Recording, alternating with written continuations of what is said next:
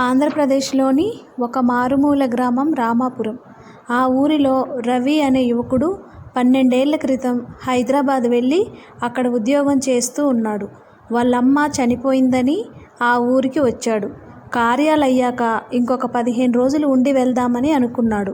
అప్పుడు రవి వాళ్ళ చిన్నన్నయ్య, అరేయ్, నువ్వెక్కడైనా తిరుగు, కానీ రాత్రి అయ్యాక ఊరి చివరున్న ఆ బానియన్ చెట్టు దగ్గరకు మాత్రం వెళ్ళకు అన్నాడు.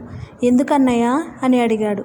ప్రతి అమావాస్య రాత్రి ఆ చెట్టు నుండి రక్తం లాంటిది ఏదో ఒక చిక్కటి ద్రవం కారుతుంది అని, అక్కడికి వెళ్ళిన వాళ్ళు ఎవరు తిరిగి రావట్లేదని, అందుకే మన ఊర్లో రాత్రి అయిందంటే చాలు ఎవరూ బయటకు రారని చెప్తాడు.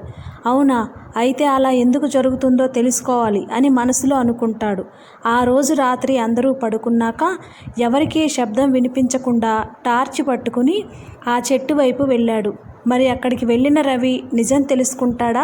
క్షేమంగా ఇంటికి తిరిగి వస్తాడా, లేదా తను కూడా కనిపించకుండా పోతాడా? తెలుసుకోవాలంటే ఫుల్ వీడియో మన ఛానల్లో ఉంది, చూసేయండి. ఇలాంటి మరిన్ని భయంకరమైన హారర్ స్టోరీస్ కోసం ఈ వీడియోని లైక్ చేసి మన ఛానల్ని సబ్స్క్రైబ్ చేయండి.